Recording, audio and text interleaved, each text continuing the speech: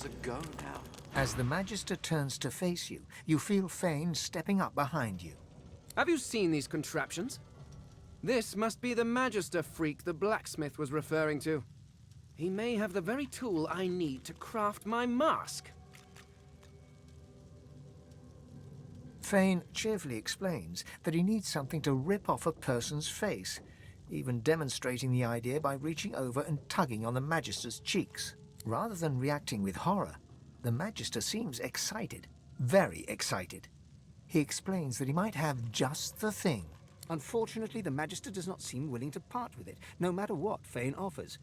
Who are you? Who are you, you pretty little salamander?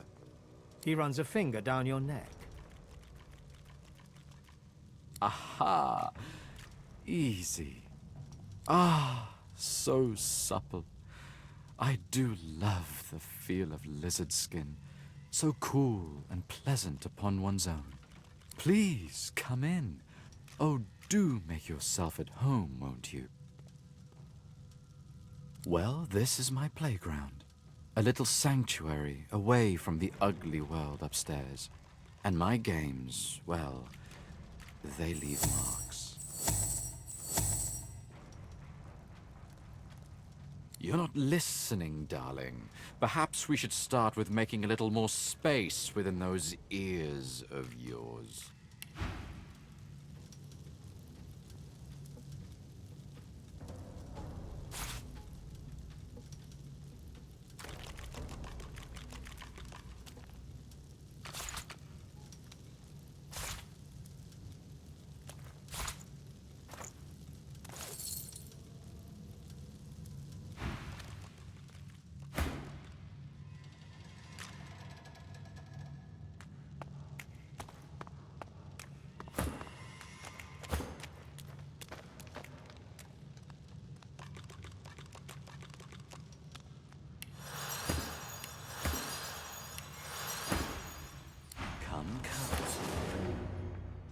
Die for Papa.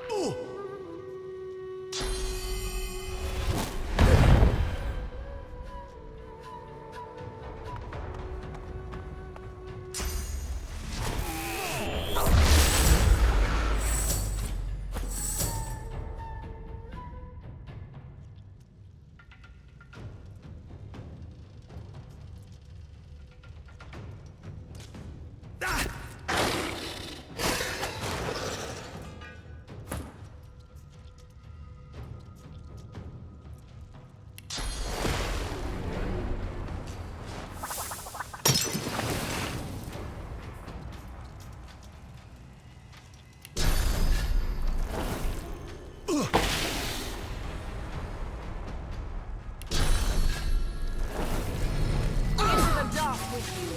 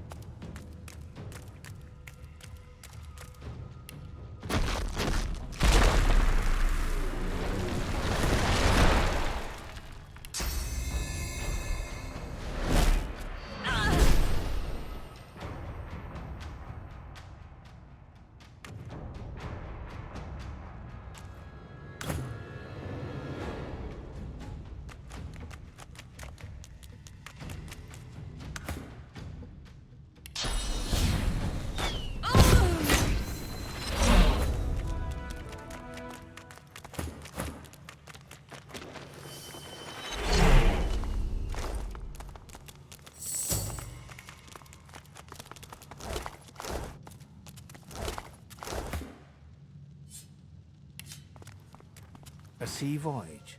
Children and adults huddled together for warmth and comfort. You were a slave to the ancient empire not so long ago.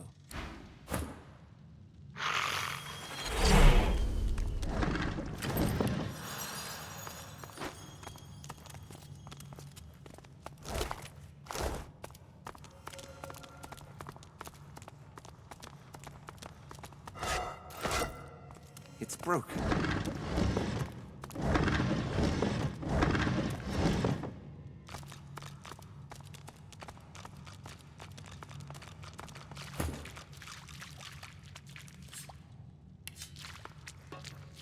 Your mind is empty as a new moon. Something seems to have cleared it out, scrubbed the corners, bleached the halls. The nothingness is oddly comfortable.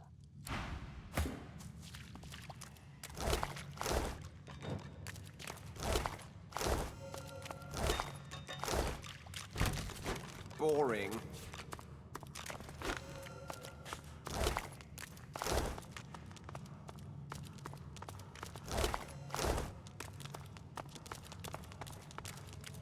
Are you watching this? Are you watching this? Are you watching this? Are you watching this? You had a taste for wine and ale, as well as a variety of other sensual pleasures. Life is a coffer replete with countless delights.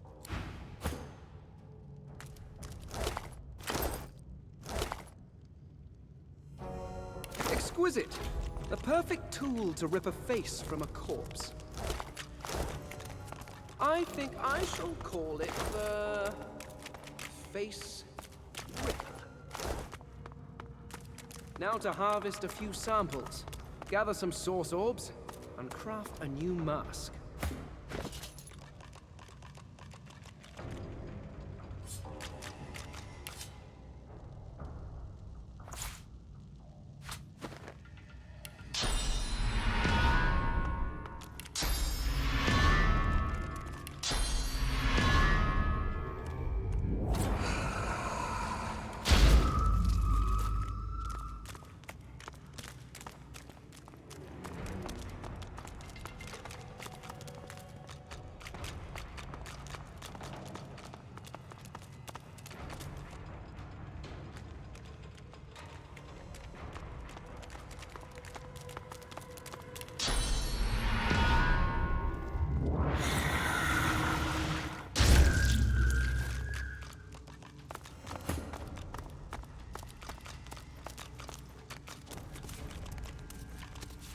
Rubbish.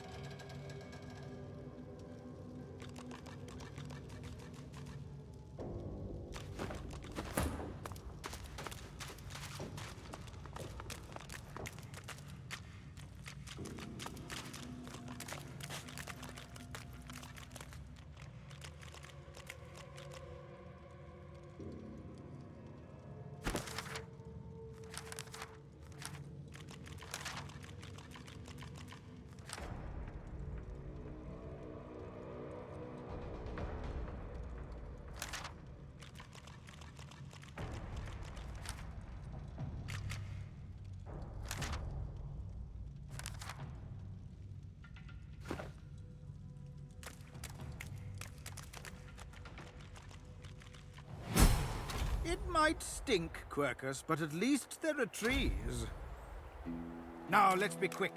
Who knows when the great acorn will arrive? You take a deep breath. You have escaped Fort Joy at last. Well, blessings be. I am most grateful to have traded a sunny seaside for a dank swamp. Out of the prison camp into the bog. You watch my back, I'll watch yours. The walls we leave behind, and a wilderness awaits. Just the way I like it. I must say, I was hoping to enjoy a smug advantage over everyone else. Lacking skin may make me a target for mortals, but I am mercifully immune to mosquitoes. However, they are infuriating when they get in one's skull. I can barely hear myself think. I fell victim to the enemy of all great minds. Fear. Fear of the unknown. Fear of change. These are the things that poison civilizations. I was on the cusp of a glorious breakthrough, but my king's fear held me back. Well, certainly he was not pleased with my insistence that we investigate. But the king's word is law. Was law.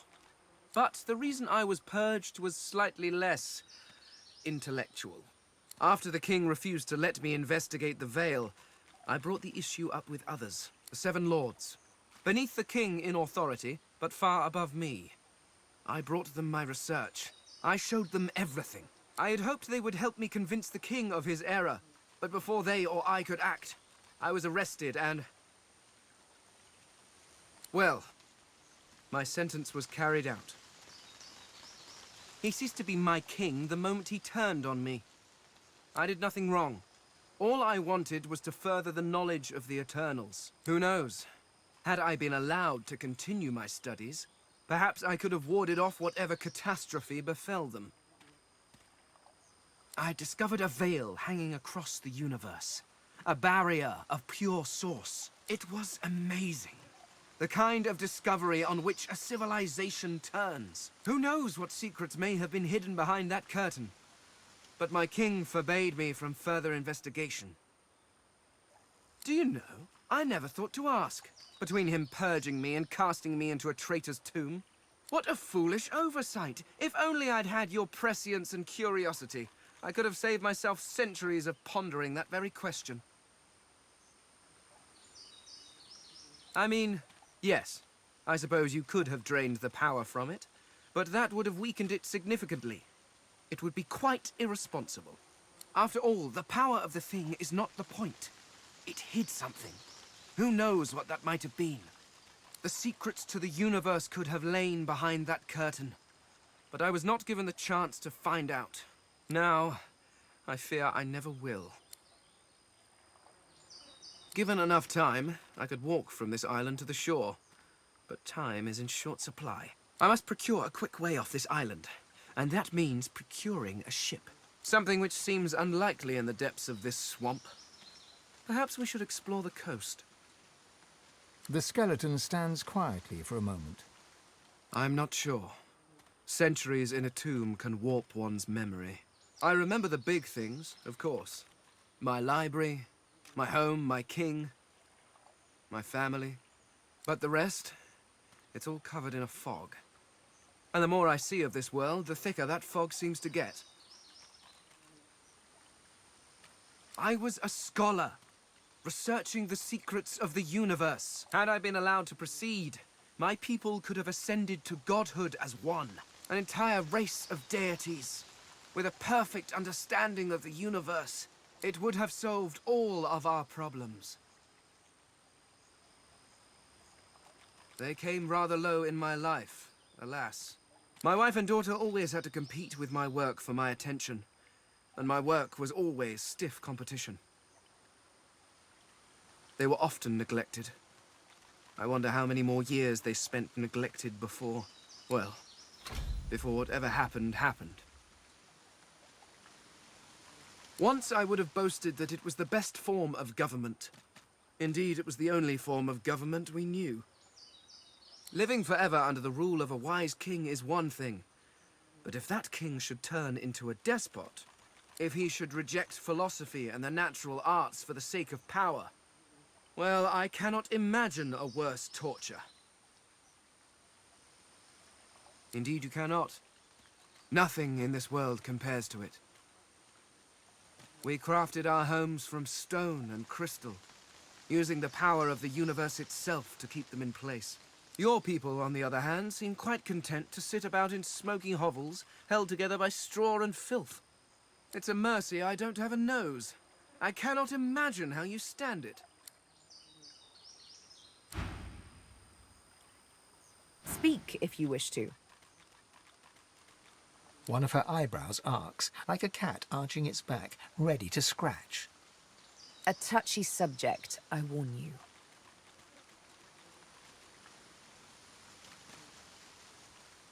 None. I served but the Master. The Master and none but he. Touchy subject. I did warn you.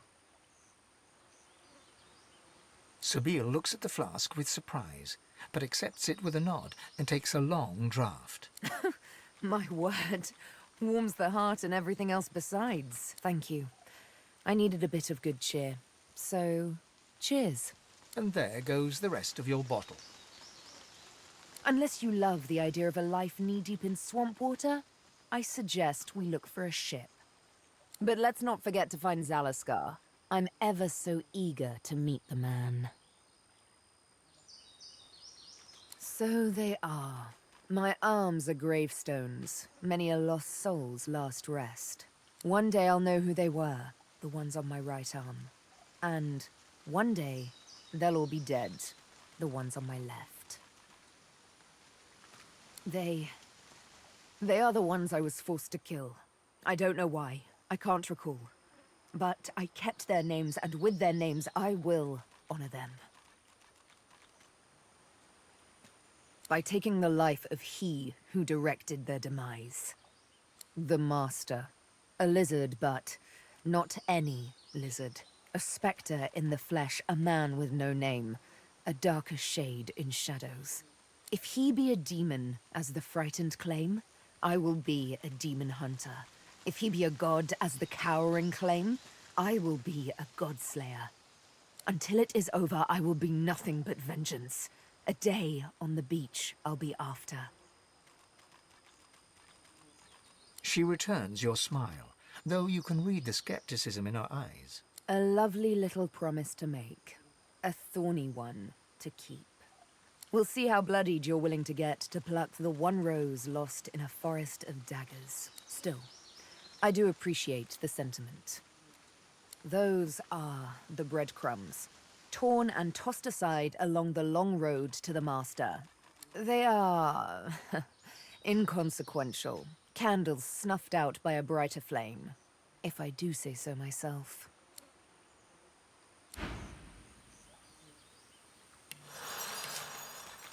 I'd say we should stop to talk, but I'm swamped. Sure thing, Chief. What's up?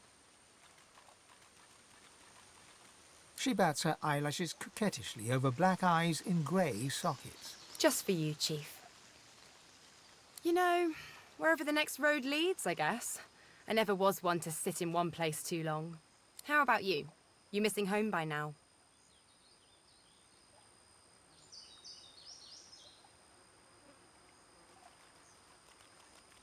I get you. So, what is it you miss exactly?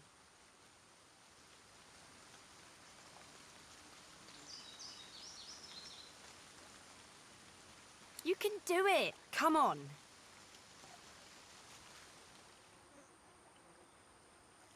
I get you. There's just something missing, isn't there? Whatever there is, it isn't enough. But let me tell you something else. I've always kind of felt like home isn't really a place, or a time, or anything like that. It's just a feeling you get. It's all in the mind. I think as long as I might lose myself at any moment, I'll feel like a bit of a stranger, no matter where I go.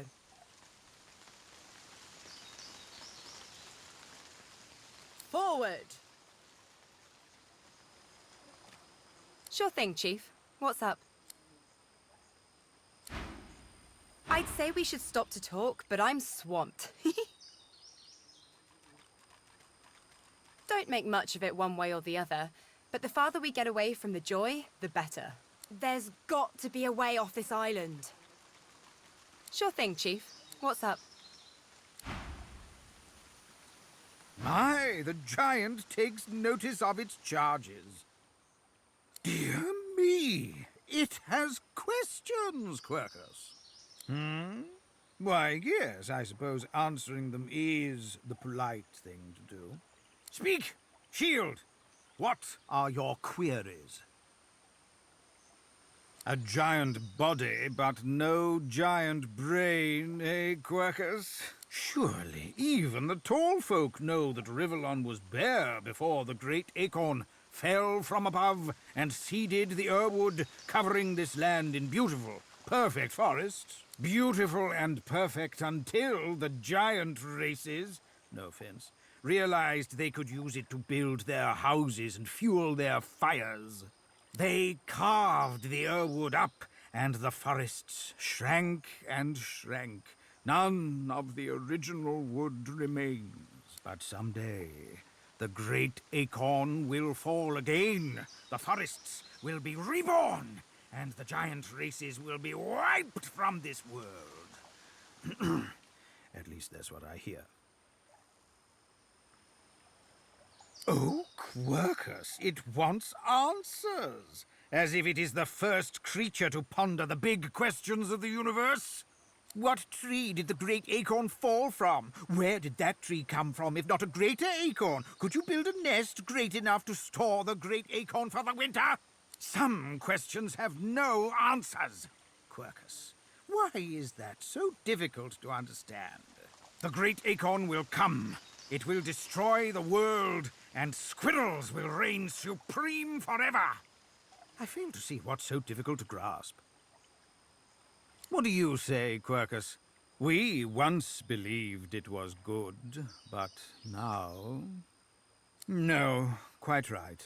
As terrible as the giants have been to us, we do not want to see them wiped out. Rather, we must find a way to live together in peace, giant and squirrel. Solora stops short, then shakes his head and pats Quercus affectionately. Squirrels change, don't they, Quercus? Priorities change. If we do not adapt, we are sure to perish. The squirrel's nose twitches as you approach, but the creature turns away before you can say anything. It seems he doesn't want to talk to you.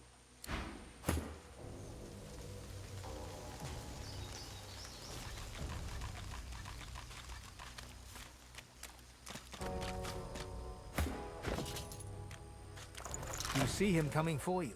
You saw what he did to the others. You pray, you pray, you pray, you pray.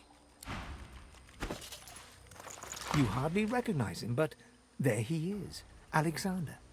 You're shocked to see a sorcerer's collar around his neck.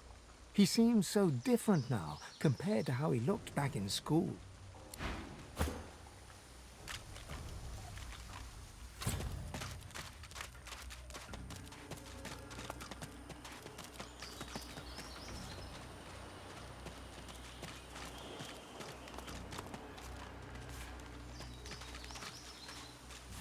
Junk.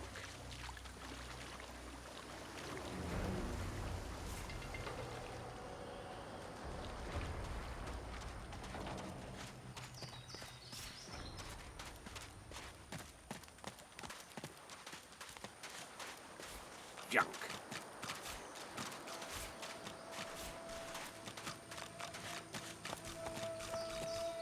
Ah, that scent. Unmistakable. How did noxious bulbs end up here? I've spotted something.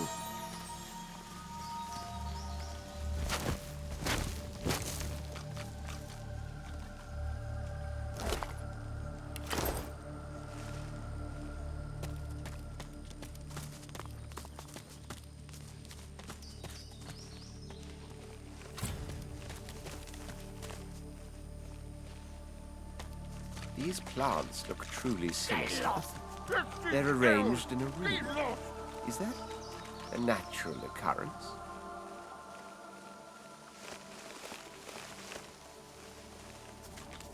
A severed head sits rotting on a stick.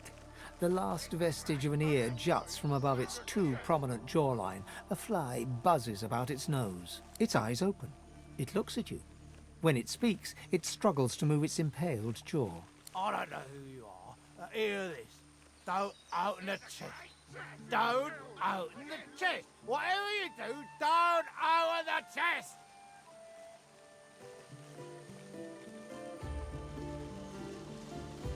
There's nothing in the chest, so don't own the chest. I shall rely on your honour and consent. I still rely on your honour and intelligence.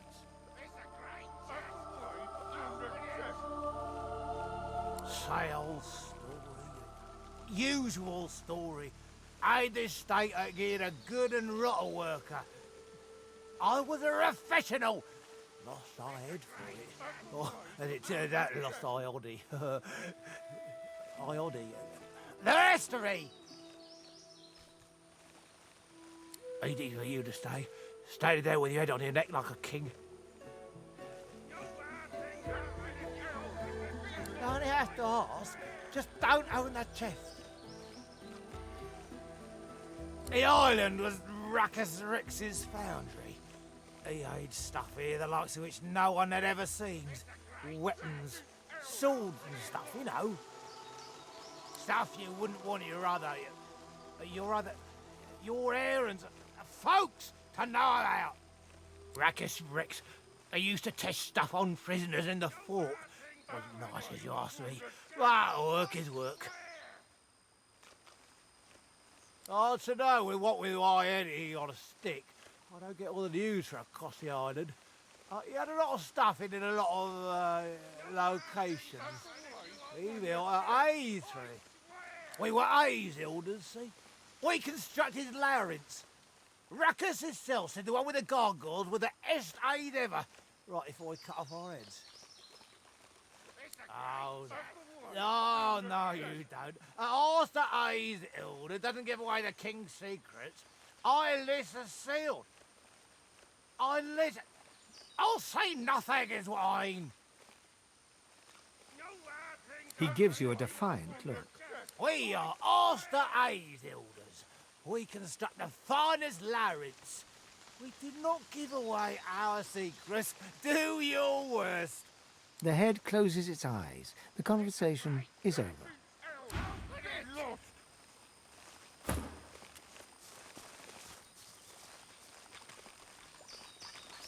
All we're saying is don't open the chest, or bad things will happen. Exploding things. We all look the same to you, do we? One head's as good as another, is it? Well, that's just lovely. Hope you're ashamed of yourself. Now don't make things worse. Don't open the chest. If you open the chest, bad things will happen. Not nice things. Bad things. Bones, plants, the flora all around us, I mean to say. It'll go off. The head's eyes widen in horror. You wouldn't kill perfectly innocent heads like us just to see what's in a chest, would you? There's no honor anymore. None at all. The head closes its eyes. The conversation is over. Get lost! Don't own the chest! Get lost! Open the chest!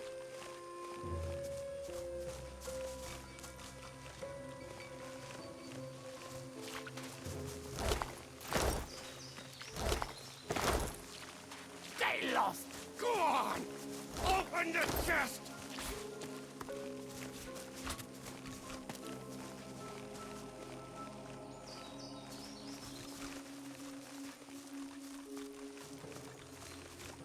It's a great chest! Let's be Open Aaron! it! Get lost!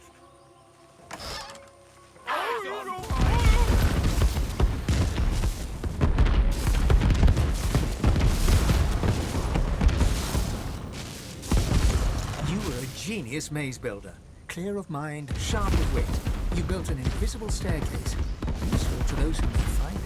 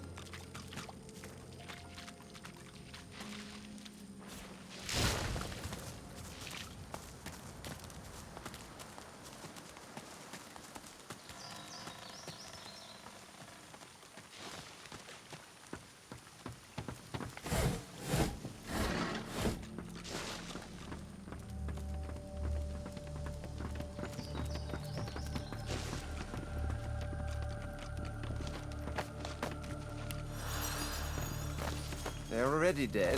They will not be mourned.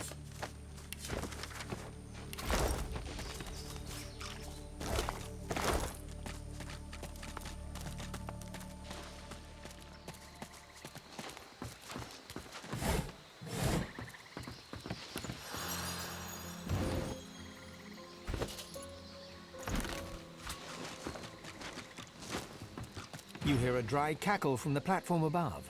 Turning, you see a rickety corpse staring down at you. So there is still fresh meat slithering around this mire. Our master will be pleased. The skeleton laughs, its ribs shaking and clacking. Do you think I missed the centuries passing? The beast may be rotten as I, but his curses remained. At least until our new master arrived. Now we are free. Now we serve a higher purpose, a glorious mission, and neither you nor your kind will stand in our way. Poor mewling child, you know nothing of the wheels that turn around you, but they shall spin no more. My lord wishes you dead, and it brings me joy to grant that wish.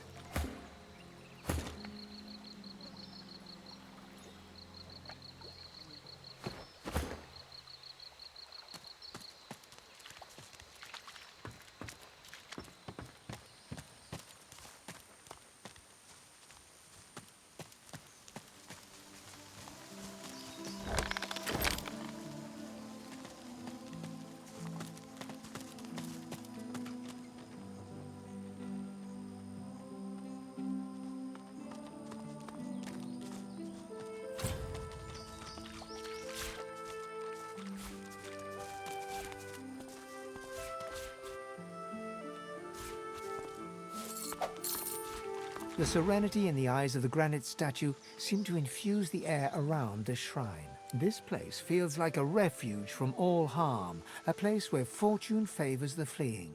For the first time in what feels like forever, you feel safe. You know this is the statue's gift. You know the feeling will not last, but you are grateful nonetheless.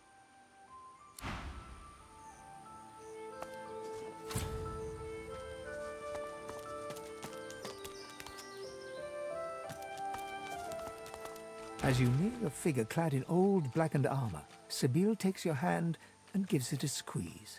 I've a feeling yonder creepy crawly is the lone wolf I've been looking for. You wouldn't mind if I asked him a few pertinent questions, would you? I'll do my very, very best. Sabine addresses the solitary figure. You hear but whispers and hisses in return. Just when you think a fight is about to break out, Sabile's words seem to sway him into submission. He speaks, uncomfortably. She listens, her face hard and pale. His name, you overhear her insist. Roost, he croaks. And with that, the interview's over. Come, let's go. I have what I came for. He's the one who abducted me, who delivered me to the Master. I'm going to find this man, and we're going to get mightily reacquainted. Speak if you wish to. Unless you love the idea of a life knee-deep in swamp water. The hooded man exudes a restrained menace that near matches your own.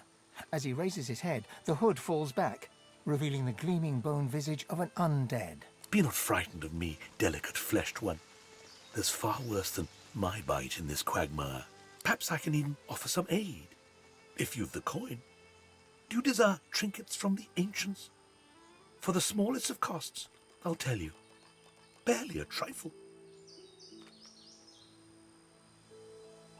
You look like a one to know already. There's source in you. I can smell it. I can feel it pulsing with every beat of your fragile heart. There's ones like you close by. The Seekers. I came here with them. But Magisters sank their ship. He spits something dark and viscous onto the earth. You notice the little horror wriggling deep into the soil. If the little Seekers manage to steal the Magister's ship, the Lady Vengeance, maybe I'll find a way on board. Worry not about me. I have my methods. Worry for your own self.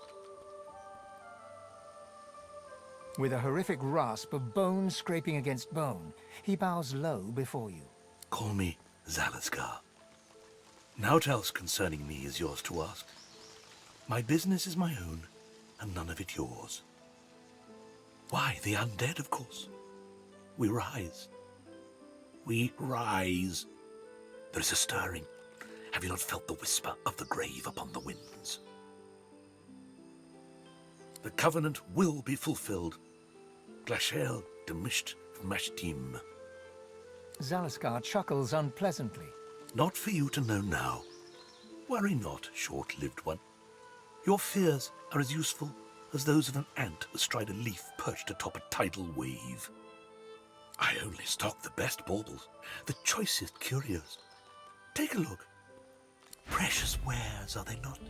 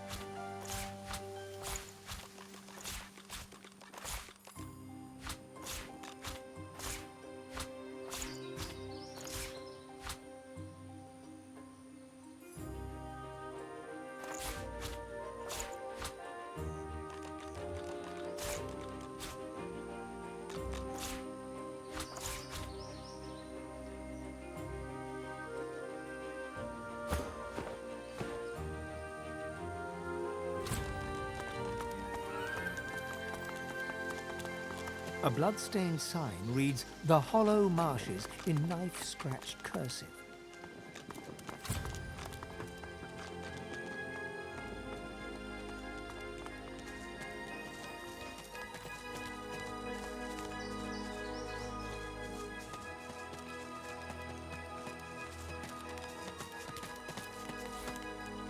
More dead magisters.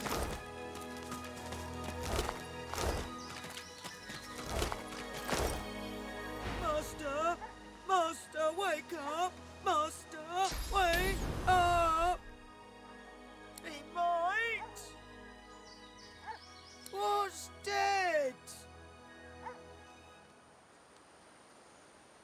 Ever?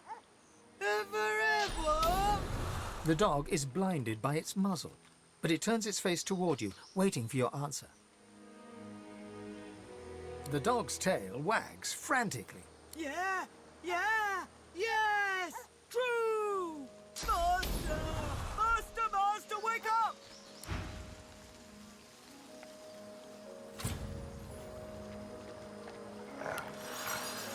As you approach the woman, Fane gasps. You turn and see that he's fixated on her.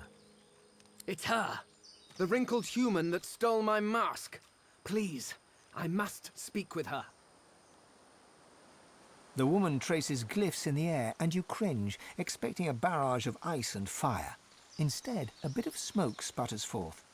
She cries to the skies in frustration in a recognizable rail-thin rasp.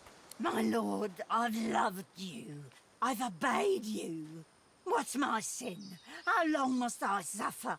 She sees Fane approach and punches her fist in his direction. Her face flushes red. It's her, the one that destroyed the ship to Fort Joy. Her eyes flare with recognition. She demands to know who Fane is, what he is. No one should be able to craft something like his mask. Fane dances around her question and reverses it. Who is she? Who is this lord of hers? She does not seem eager to answer him either. The witch opens her mouth to speak, but something happens. Her face droops and her eyes turn black. Fane, the traitor shall be destroyed. Her eyes clear, and she turns her head to the heavens once more. I offer this sacrifice to you. Return me to your side. Make me whole. Don't come between us again.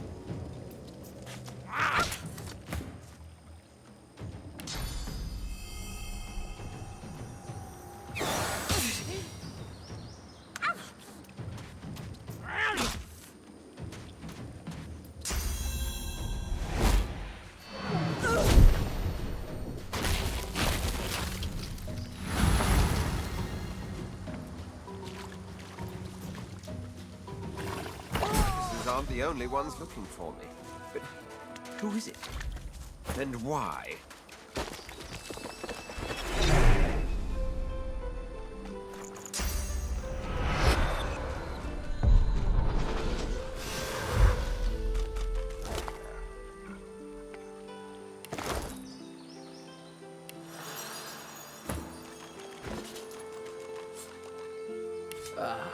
My false faces.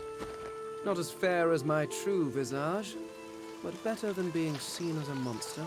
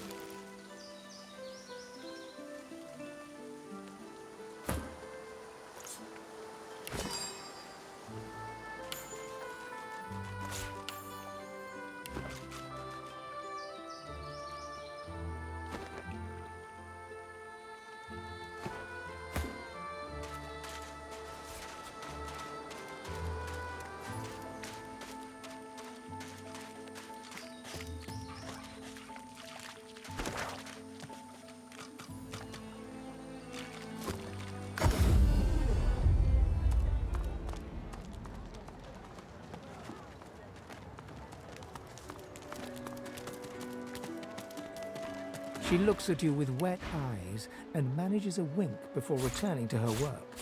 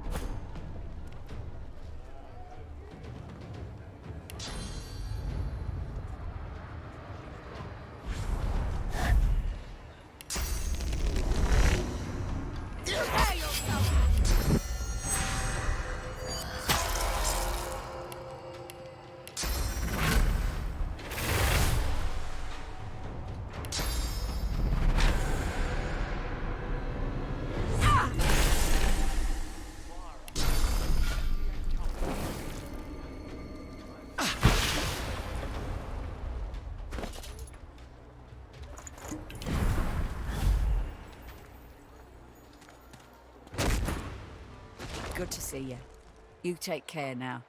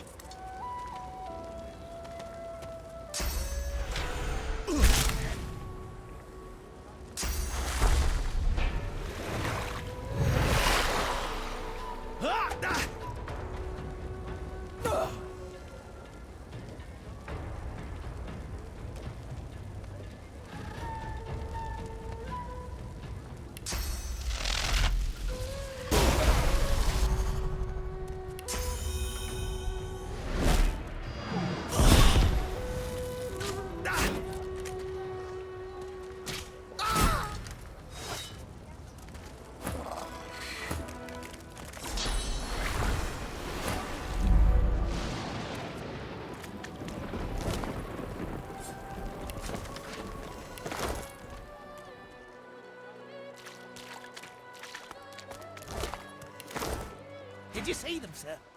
Bishop Alexander and the Hammer herself, they were so close, almost within arm's reach. A kin, is it?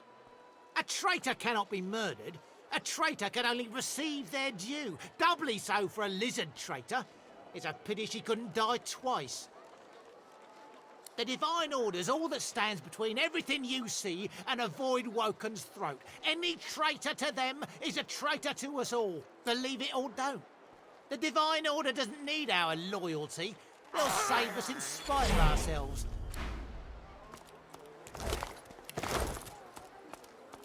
Where's the oil?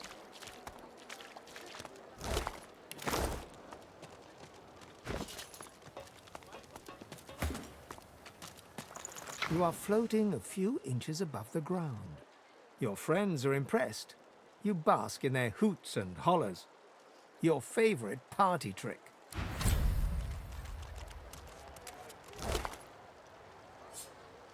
A single name throbs across your brain. Verdas, Verdas, Verdas. He must escape. He cannot die here. He cannot.